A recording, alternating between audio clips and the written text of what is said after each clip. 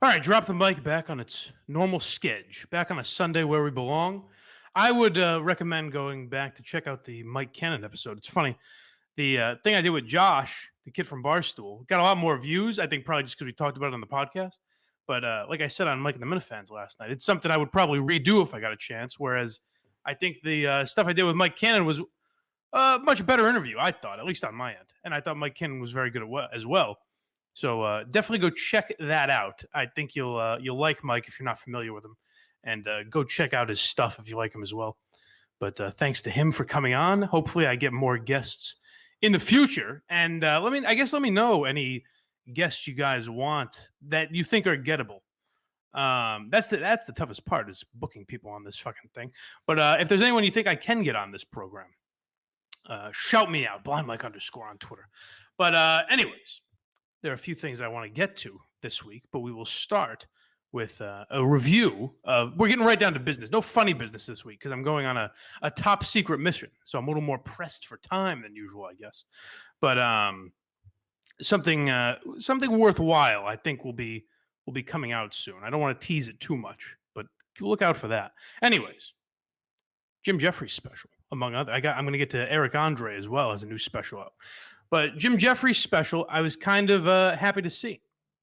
He talks about he gets back to who he is as a comedian. Jim Jefferies got very popular over the last few years, and not the same trajectory that Amy Schumer was on, but you saw something similar happen with Jim Jefferies, where it felt like he was getting a little more political. He talked. He got very famous off his Second Amendment bit, where he talks about gun control and everything. And for whatever reason, that kind of painted him in a corner of being some political guy. If you watched his Comedy Central show, which I don't know if a ton of people did, I don't know how well that went for him. I actually don't even know if it's still on, to be honest. Comedy Central itself is pretty much dying, so I'm not sure. But if you watch that show, Jim starts to get more political, and it's very weird, and that's not who he is. And then he had a couple specials in a row there where he kind of sort of gets into politics and talks about Trump. And he does a weird thing where he's trying to relate to his core audience, which know him as a booze bag and a party animal and a great storyteller that was very honest about his life and his fuck ups. But in the more recent specials, he gets into a strange thing where he says, people say I talk about Trump too much. I don't talk about Trump that much. I'm really not going to address him that much in this special. And then he talks about Trump for 20 minutes, half an hour, and it's not an absurd amount of time. And I don't think he does it in a pandering way or at all an inappropriate way. But it is sort of like if you're a Jim Jefferies fan, you're like, what the fuck? I don't give a fuck about his take on politics. He's a dummy like me. He's supposed to be talking about, drinking and doing drugs and fucking and how he had a kid at a wedlock and all this shit. That's what we want Jim Jefferies for. It's tough as a fan because you're like, you don't want to paint the guy in a corner. You don't want to say he can only talk about these things. But it felt a little like he was kind of being forced to talk politics. In this special, he gets a little back to his roots a little more. Although you can tell he's evolved as a guy. You can tell he's getting older. He's not as crazy as he used to be, maybe. But he kind of weaves in some social issues. He does a good job, and I think you can kind of tell he wants to let his audience know he hasn't become this PC super liberal guy. I think he was a little. I don't know if sensitive is the right word, but he was. I think very aware that was kind of the opinion of him, and I think you can tell that a little bit in the special. But I think he has some good messages about a lot of the stuff going on in society. And I was actually at this taping at the Wilbur Theater in November. So it's funny that it's coming out now because some of the messages were not intended for the world we live in, but I think they're even more relevant now than they were 8 months ago or whatever that was. So I think it's definitely worth a watch. And I think if you're a Jim Jefferies fan, it's strange because I think you'll be a little let down by the amount of laughs you have. It's not as funny as Bear, or I don't even find it as funny as like Freedom, which I think he has a phenomenal Bill Cosby bit in there, even though he's a little more political in that one. So it's not his funniest special, but you can tell he trimmed it down a little. It's only an hour as opposed to the ones that are a little longer. And it's it's more consistent in the sense that you're never watching Jim Jefferies thinking, all right, man, Jesus Christ, we get it. You're in Hollywood now. You got a Comedy Central show. You don't have to be a fucking liberal. It felt a little phony with Jim, and now it doesn't anymore. And that must suck because I do think I think Jim Jefferies is more liberal than most people would think. So it sucks that he can't just be honest about politics.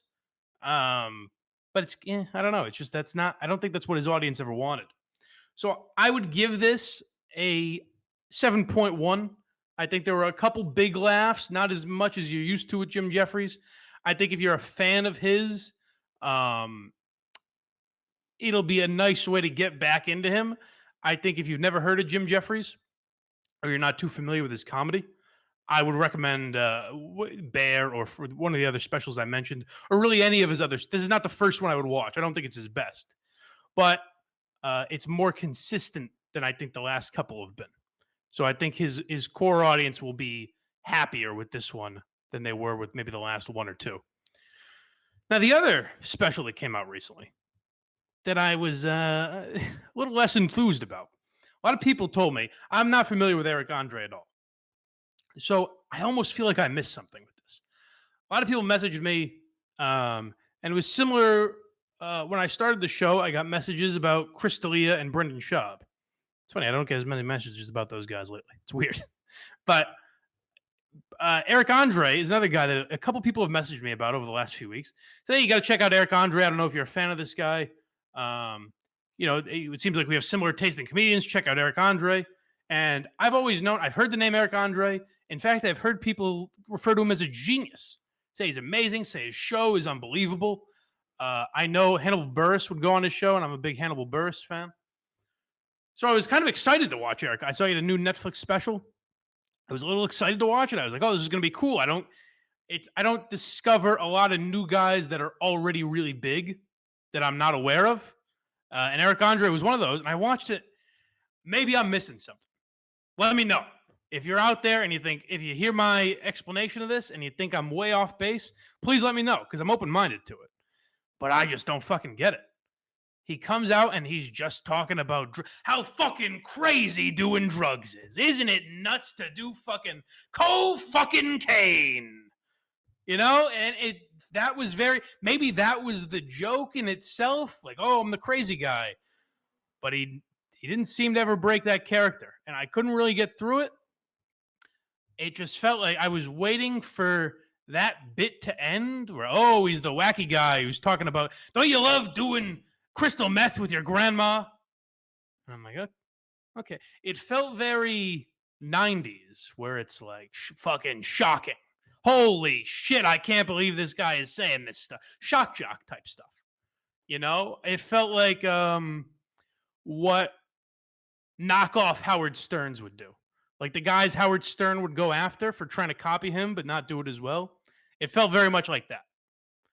So I don't know, this genius that they talk about, maybe I didn't give it enough of a chance, but I really hated it. I'm curious to check out his show now because I heard so much hype about it. I heard how great it was. Again, people I like were on it. Very strange, and he's respected by a lot of people and fans of this show who kind of have a feel. It seems like you guys who watch this have a good feel for the comedians I like. I think we like a lot of the same people, it seems like, at least the ones that have reached out to me. So I'm surprised how many people recommended Eric Andre to me. I do not get it. So if I'm missing something, let me know. But I'm giving it a 3.5. I thought it was pretty bad. It reminded me a lot of Chris D'Elia. I think Eric Andre seems like a much better person off stage. At least the evidence would suggest that. But as far as stand-up, it seemed like a guy just doing comedy to be outraged. Oh, isn't the way I'm saying things fucking shocking? Again, maybe it was a character I just didn't get. But it really was not for me. So 3.5 for Eric Andre. I was not a fan. And then just a quick news update before we get out of here. I will also recommend, my last recommendation, I guess, would be that season 4 of F is for Family is out. I do think that's a good underrated show. The great Scott Neri, I saw say on Twitter that that's kind of the role Bill Burr was meant to play, like a 70s dad. And I think a cartoon is the only way you can really portray that now properly. So check out Efforts for Family. It's good. It's consistently pretty funny. I think it starts the way I've always described it is season one. I kind of just hung in there because it was Bill Burr and I'm a Bill Burr fan. But then it gets progressively better. It goes as it goes along, and then it becomes, I think, really good. So the new season just came out. Mike from Breaking Bad, isn't it? I believe he plays Frank's father, Bill Burr's character. So check that out as well. I think it's worth a watch if you haven't seen it, because you don't hear a lot about that show. As far as Netflix like cartoons, you hear BoJack Horseman and Big Mouth a lot, but you don't hear a lot about Efforts for Family. So go check that out if you haven't. Anyways, as far as news, I just wanted to update you guys. First of all, congratulations to Joey Diaz for not apologizing.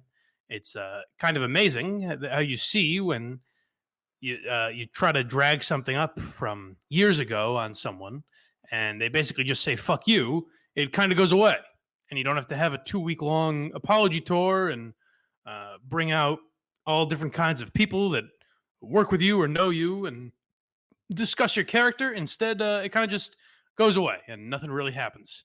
It is different, I'll say, that Joey Diaz has nothing you can really take away from him. He's a stand-up and a podcaster. So no matter how much criticism he gets, he can pretty much always do stand-up unless clubs completely stop booking him. And he can always do his podcast because he just loads it himself. So it's nice to see someone kind of say fuck you, but I will admit Joey Diaz is in a position where he can say fuck you. He's not employed by anyone. So it's a little easier for him. But it's nice that the mob couldn't get this one. And you're starting to see a little more of that. Credit to Dave Portnoy for doing the same thing, despite people being very critical of him. But here's where I found a very interesting story this week. So my podcast recommendation of the week is going to be the Real Ass Podcast with the great Louis J. Gomez and Zach Amico. They get into a story about Seth Simons. And most of you probably don't know who Seth Simons is. I actually tried to book him on this program because Seth Simons is a guy he's the guy who got Shane Gillis fired from SNL. He worked with some other, and me and Shane talked about it on the episode of this show that Shane was on. He worked with some other Philly, like open mic comedians or something, to just basically dig up shit on Shane and have it ready whenever he got his opportunity. And that day they were going to pounce. So that day, Seth Simons wrote this article about, can you believe what a fucking racist Shane Gillis is? And he's done this stuff to a few other comedians. He's done it to Legion of Skanks guys. He's done it to Gnome, who runs the comedy, Gnome Dwarman, who runs the Comedy Cellar. He's done it to multiple people. And the thing about Seth is he's a failed comedian. That's why I try to be very positive. I know I kind of shit on Eric Andre's special, but even I'll do it in a way where I'm telling you, let me know if I'm wrong. If I'm completely wrong, let me know, because I don't want to seem like a bitter guy who's always wanted to do stand-up that can't, because that's what I am. I love stand-up. I want to do it. I just don't have that ability, I don't think. We'll find out at the Wilbur. But I don't want to come off as this bitter, miserable fuck that is just jealous of everyone and trying to take them down, that Seth Simons is. So Seth Simons lives kind of a sad life, because now what he does, instead of, I think he still does stand-up, open mics or whatever, but his job is to be critical of comedians. And even though he wants to be a stand-up so desperately, he wants to live that life and he wants to be one of these guys, instead what he does is finds jokes that you can make into offensive statements. You can take them and portray them as not jokes, I guess, and try to get people to click on those headlines. Conversations out of context. It's really irresponsible. If you're trying to be a fucking journalist, dude, you're being extraordinarily irresponsible. And this is why, when this came out, everyone jumped on board with this Seth is a sex pest thing. People started tweeting at him regularly. It's been nonstop of our fan base, Shane's fan base, Tim's fan base, the Cumtown guys. The whole fucking comedy world is united against this guy. Just people texting me being like, dude, fuck this guy, good for this. He's made a career quote unquote, out of trying to hurt people for making jokes. Good people. Sure. You know, Shane's a good guy. Tim's a good guy. We're not defending abusers. That, like, to paint us that way, it's so fucking irresponsible. And he'll write an article about this, and he'll exclude all of this context, right? Everything that we're saying right now, and he'll just write about a few of the jokes that we make, or we call him a pussy or a faggot or whatever else it is, right? But that's not journalism. That's not what people that are responsible, that are trying to paint a picture of a whole story, do. Because the reality is, you're going after people that are legitimately good people, that help people, Sure, in a really positive way. So if you were taking down abusers, we would all be right fucking there with you. If you were going after people that were hurting women in comedy or hurting people and trying to actually do something to infringe on their rights, we would be standing right there with you. But he's not. He's trying to fucking profit, and he's trying to gain notoriety off of the downfall of me and some of my best friends in the world. Yeah. And try to ruin their lives. Try to get Shane Gillis fired, or try to get people to boycott the Comedy Cellar. Various other things that you can do to ruin these comedians' lives. Now, Seth has some allegations against him. And, you know, I don't mean to sound like I do often on this subject, but they sound a little flimsy. They sound a little like, I don't know, was this a bad date? Are we just accusing a guy of being awkward with girls? What are we really doing here? But they're accusations nonetheless. And Seth vehemently denies these and kind of shamed the girl for them. So it's a very interesting conversation that Louis J. Gomez and Zach Amico have on the Real Ass podcast about this, because Seth Simons is a guy that tries to get people canceled. This girl comes out, tries to get Seth Simons canceled. I don't know what to believe. I don't know what's real in this story with Seth. But this is where the hypocrisy in these issues comes out for me a lot, in the sense that I don't want to get anyone canceled. I don't want to ruin anyone's life based on an instance that we don't know all the facts about, based on words, based on he said, she said. I don't want to ruin people's lives. But Seth does that to everyone around him. Seth's a jealous, small little man who goes after people because he wants to be them. So when someone comes out with allegations against Seth, I don't really give a fuck how legitimate they are. The Minifans kind of went through something with this, with a guy, I believe his name was Luke O'Neill, where I had a little problem with the Minifan. Me and MHB got into this argument. I had a slight problem with the Minifans in the sense that they were digging up old tweets on this guy, Luke O'Neill, because Luke O'Neill was doing that to other people. My problem is, you know, two wrongs don't make a right. Then we're just as bad as him if we're doing this. But you know what? I get it. And more as time goes on, I'm getting into that, hey, fuck this guy camp. If he's trying to ruin other people and it comes out that he's not living a perfect life, well, then I guess we should ruin him, huh? It's tough to mentally work through, A, because I'm not that bright, but also because I think it is a complex issue where we want to be on the right side of everything. We want to be on the side of justice. I want to defend Dave Portnoy because I think someday they're going to come for me. And if I didn't defend Dave Portnoy and Joey Diaz and Louis J. Gomez and Shane Gillis, then who's going to be there to defend me? If I'm wagging my finger at everyone, who's going to defend me when finally they find something that I said that was stupid or in hindsight doesn't hold up? Seth Simons doesn't believe in that philosophy. So it's hard for me to protect him. Yet I should, because you should protect both sides. You should protect the people you disagree with just as much as the people you agree with. You should shit on Donald Trump as much as you shit on Joe Biden if they're doing something wrong. It doesn't matter what color tie you're wearing. You should protect the people that you believe in. If you believe in free speech or you believe in their rights, you should protect everyone no matter where they are politically, no matter whose team they're on, no matter what podcast they're on that you like or dislike. So it's tough to wade through, but I think it's a very interesting discussion that they have, and I think Louis and Zach do a really good job at kind of moderating this discussion about Seth Simons because it's an interesting one. So I do recommend you check out the Real Ass podcast, and hopefully Seth will start doing podcasts like this where he has to defend his side of things. I asked him on here, he wouldn't do it. He did do the Comedy Cellar podcast, but that was a weird one. Me and Shane talked about it a little. They didn't really get into most of the issues. which was strange. So I wish Seth would do something where he actually had to defend himself. He actually had to defend why he was going after people and some of the slimy things he has done. Um, but it'll be interesting to see how this plays out. The allegations don't seem that bulletproof, but Seth wouldn't protect anyone. If those allegations came out about Lewis, Seth wouldn't be protecting him. So I'm kind of leaning towards fuck Seth Simons. But let me know how you feel at Drop the Mic YT, and we will be back with a full show next week. Like I said, I had a lot going on this week. I had this goddamn dinner with these friggin' Albanians. That took up a lot of my time, and a top secret Sunday mission.